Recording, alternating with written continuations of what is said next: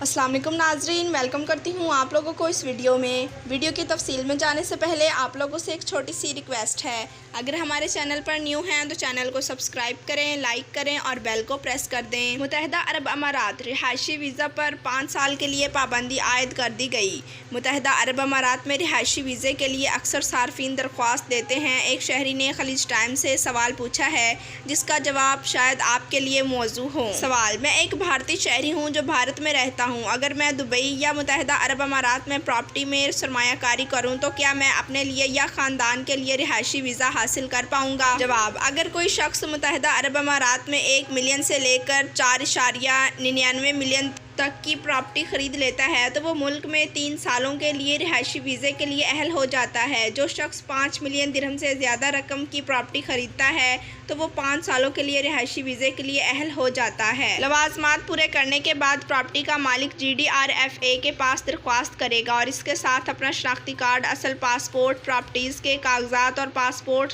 Size तस्वीरें मुंसलिक करेगा। मुल्क को तिब्बी फिटनेस टेस्ट करवाना होगा, जिसके बाद वो मुत्तहिदा अरब अमारात के रिहायशी कार्ड हासिल करने के लिए बायोमेट्रिक वेरिफिकेशन करेगा। इसके बाद वफाकी अथॉरिटी बराए शनाख्त और शरीयत से रिहायशी वीज़ा हासिल कर पाएगा।